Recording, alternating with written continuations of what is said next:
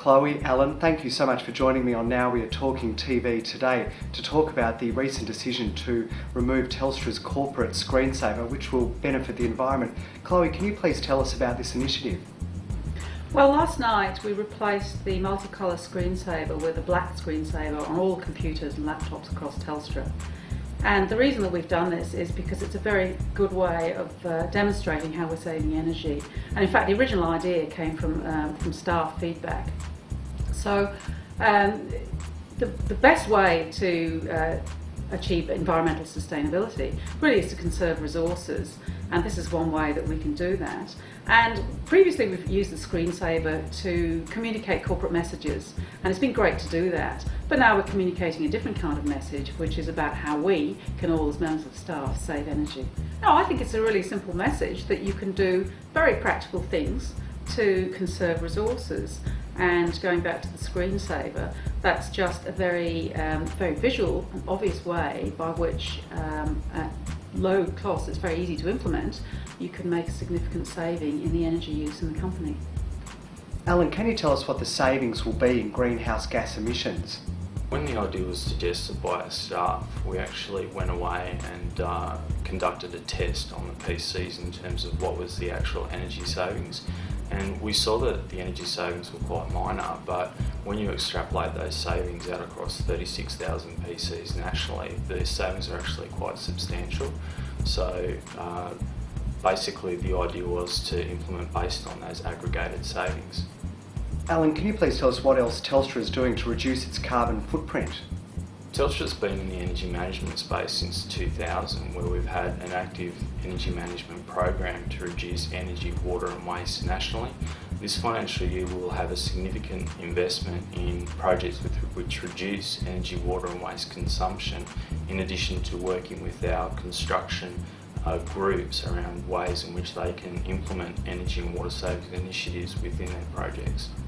Typical projects include air conditioning in terms of using economy cycles, which basically utilise free air from the outside for cooling as opposed to internal cooling.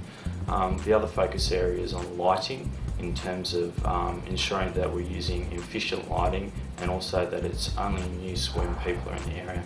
Allan, can you provide us with some statistics or information on how Telstra is benefiting the environment?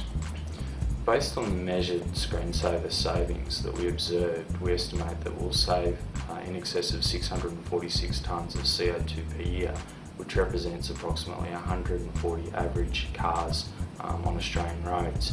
The total program since 2000 we estimate has saved in excess of 173,000 tonnes of CO2, which represent the average annual emissions of approximately 18,000 Australian households. Chloe, can you tell us what else Telstra is doing to reduce greenhouse gas emissions through telecommunications? Yeah, there's really two sides to Telstra's approach to climate change. Firstly, as we've just talked about, lots of ways in which we can save energy inside our own business. Allan's talked about our energy management programs, which have been very effective, but also things like with our fleet. So we have, since we've introduced GPS in our fleet, we've made substantial savings by routing the vehicles more effectively, and we've also converted from our fleet from petrol to LPG, so that's also more efficient in terms of greenhouse gas emissions. So that's in terms of our internal practices. But the more important thing, I think in the long term, is that telecommunications provides a fantastic way by which greenhouse gas emissions can be reduced across the entire economy. No, I think it's quite a different approach to the current initiatives that have been undertaken in terms of looking at how telecommunications can assist other corporates reduce their emissions overall. So it's quite a fresh approach to what's been discussed in general. Chloe, can you also tell us about Telstra's climate risk report? Yes, last year we commissioned an independent report to look at how the use of telecommunications networks could reduce carbon emissions in Australia. And you can find the full report on our website. This is just the summary version. But the tremendous result that it found was by identifying 7 different opportunities, different ways in which using telecommunications could help conserve energy and fuel use, that it would be possible to reduce Australia's CO2 emissions by the equivalent of around 5% a year, and obviously that's a very significant result.